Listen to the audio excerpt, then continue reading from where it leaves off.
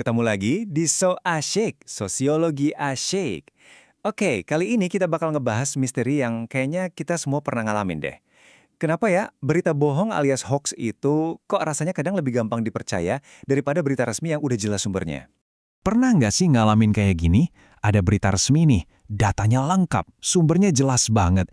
Tapi yang nyampe duluan ke kita malah pesan berantai dari grup WhatsApp keluarga kan?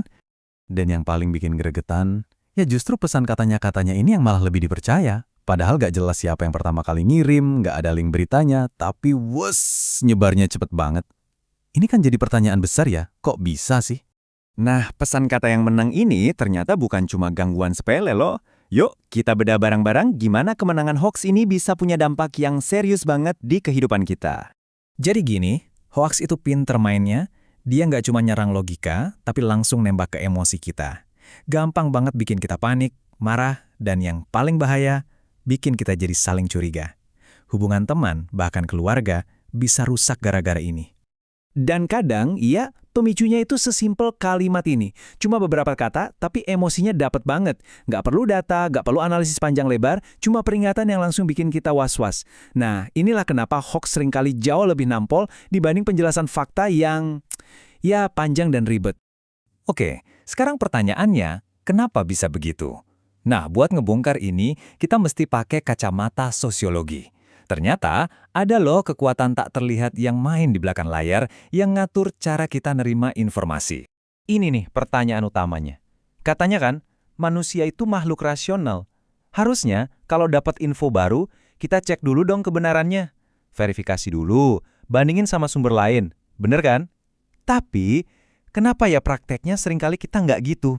Jawabannya ada di sebuah konsep keren dari sosiolog klasik Emil Durkheim. Namanya fakta sosial.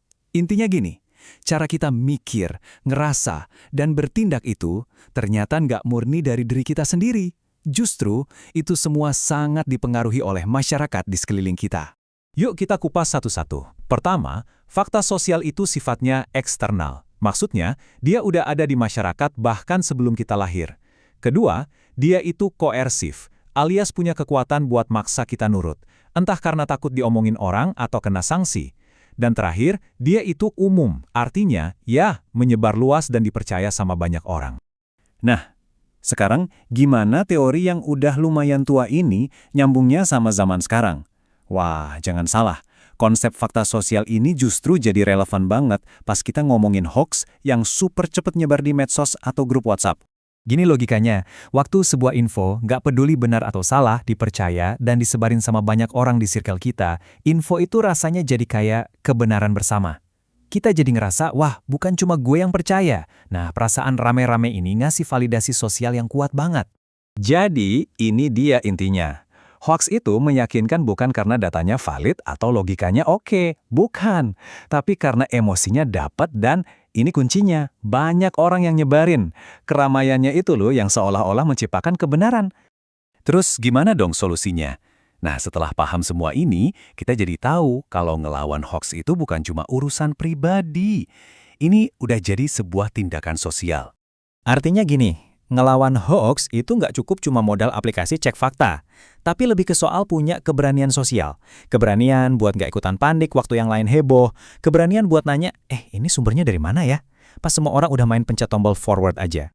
Jadi, ingat ya, milih buat berpikir kritis di tengah badai informasi kayak sekarang, itu bukan tindakan sendirian. Itu adalah sebuah tindakan sosial. Kontribusi kecil kita, tapi penting banget buat bikin lingkungan informasi kita lebih sehat. Nah, pertanyaannya buat kita semua, sudahkah kita melakukan tindakan sosial itu hari ini?